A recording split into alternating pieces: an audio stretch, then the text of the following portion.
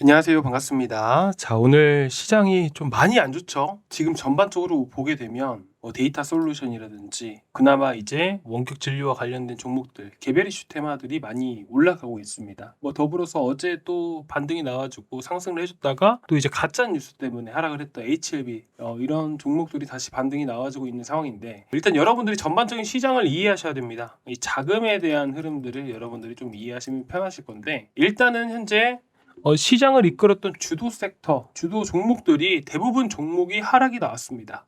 지금 기아차, 삼성전자, SK하이닉스 모두 하락이 나와주고 있는 상황이고요. 그리고 시장을 이끌었던 게 AI와 반도체죠. 이제까지는 AI 반도체가 주도했습니다. 그리고 제가 저번 주에도 말씀드렸다시피 현재 금리 결정을 앞두고 있는 상황이고, 여러 시장의 잠재적인 리스크가 분명히 있기 때문에 특히나 지금 후발주자들이 많이 올라오는 흐름들을 보게 되면 전반적으로 시장이 하락할 가능성이 높다라고 말씀을 드렸었죠. 그러면 당연히 시장이 하락하는 걸 떠나서 중요한 거는 주도 섹터인 이 반도체가, AI가 현재 하락이 나올 수 있다라는 부분들이에요. 자, 그렇게 되면 결국에는 이제까지 후발주자들 올라갔던 종목들은 대부분 하락이 나올 수밖에 없는 부분이고요. 자, 그러면 AI와 반도체 쪽이 흐름이 약세일 수밖에 없고, 추가적으로 보게 되면 여기서 올라가는 종목들이 생긴다 하더라도 시장의 자금이 씨가 마르는 오늘 같은 상황이었을 때 수급이 많이 쏠리는 이런 강세인 종목들이 제외하고는 대부분 올렸다가 하락할 수밖에 없습니다.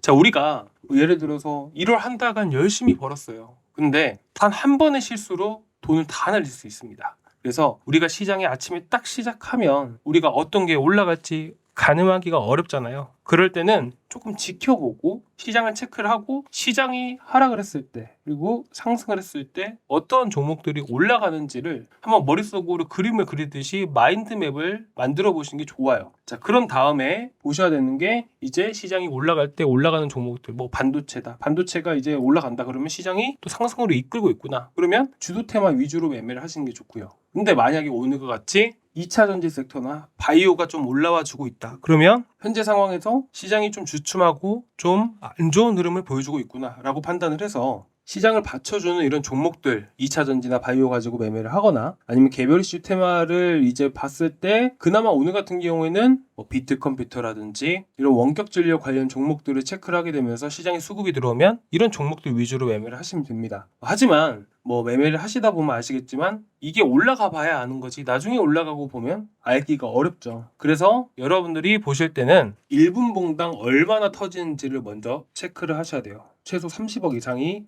터져주면 정말 좋아요. 근데 종목별로 조금씩 다르고, 비트 컴퓨터 같은 경우에도 조금씩 다르다 보니까 25억, 30억 정도 이렇게 보시면 될 것 같아요. 1분당 터져지는 거래 대금을 여러분들께 방금 말씀을 드린 거고요. 자, 그리고 나서 올라갈 때, 지난 AI 반도체 주도 테마가 올라갈 때는 힘있게 올라갔어요. 그렇다 보니까 사실 힘있게 올라간다 하더라도 좀 약세인 상태가 되게 많았습니다. 왜 그러냐면 시장이 엄청나게 치고 올라가는 흐름들이 아니기 때문에 자금이 쏠리는 규모가 크지가 못했어요. 그래서 시장이 폭발적으로 상승할 때하고는 조금 다른 흐름이 나왔지만서도 어쨌든 지금보다는 많은 규모의 자금이 많이 쏠렸다 보니까 또 올라가는 걸 따라잡으면 쉽게 수익을 볼 수가 있었습니다. 하지만 현재는 아닙니다. 현재는 쭉 내리는 경우가 되게 많아요. 그리고 다시 반등을 줄 때 세게 올리는 경우도 많고요. 그럴 때는 시장이 오전 오후 한두 시까지 하락이 나오다가 반등을 줄 때 시장의 흐름을 보고 매매를 해보시는 게 좋아요. 그리고 주도 섹터, 주도 테마 그런 종목들 위주로 해서 매매를 해보시는 게 좋고요. 아시겠죠? 자, 우리가 시장이 상승할 때도 있고 보합권일 때도 있고 횡보할 때도 있고 하락할 때도 있습니다. 상승할 때는 시장에 자금이 많이 쏠리기 때문에 매매하기가 되게 쉬워요. 하루에 100만 원, 200만 원, 300만 원 이렇게 벌기가 되게 쉽습니다. 근데 지금과 같은 시기에도 우리가 매매를 할 줄 알아야 되고, 지금과 같은 시기에 우리가 피해야 될 부분들도 분명히 있기 때문에 우리가 피할 줄도 알고 기다릴 줄도 알고 매매하는 방법도 터득해 가는 게 가장 중요하다고 생각을 합니다.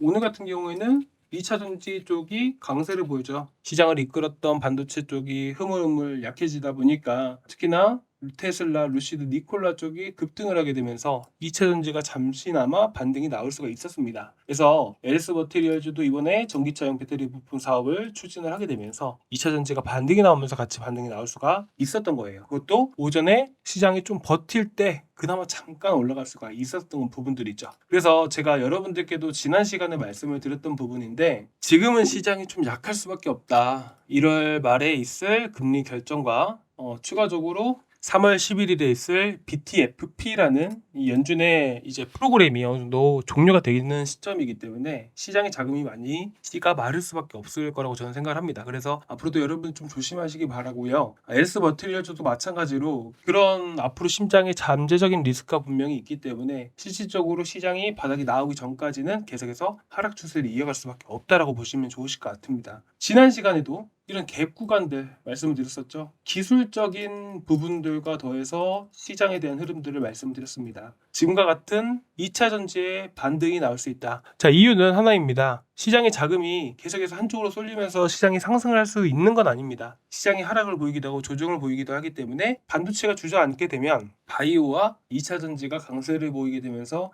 일시적인 반등이 나올 수 있다라고 말씀을 드리면서, 결국 기술적으로 봤을 때 60분 봉상 흐름을 보게 되면 이전에 거래가 있었던 이런 저항 구간들까지 여러분들께 한번 목표가를 잡아드렸는데 대응을 잘 하셨을지 모르겠습니다. 더 올라가는 거 보고 따라 붙으신 분들도 계시지 않을까라는 생각이 들고요. 일단은 현재는 추세가 완전히 전환되기 전까지는 조금 버틴다라고 생각을 하시고, 만약에 여기서 대응 못하신 분들 같은 경우에는 다시 한번 잡아드리겠습니다. 현재 이 갭 구간, 자, 마지노선은 26,500원이고요. 그리고 28,000원 라인들 제시해드리겠습니다. 마지막으로 여기 구간들 마저 깨버리게 된다면 사실 2만 원대까지 하락하는 것은 시간 문제라고 저는 생각을 합니다. 안 좋게 말씀을 드리는 게 아니고 현실적으로 말씀을 드리면서 오히려 바닥에서 다시 잡는 게 더 많은 수익을 볼 수 있는 부분들이라고 말씀을 드리고 싶습니다. 자, 일단은 어떻게 대응을 해야 될지 어렵다라고 하시면, 자, 제 번호로 여러분들 숫자 2번이라고 남겨주시면 제가 단타 종목도 드리고 앞으로도 어떤 전략을 갖고 어떻게 바닥을 예측을 해서 또 어떤 종목들에 들어가면 좋을지도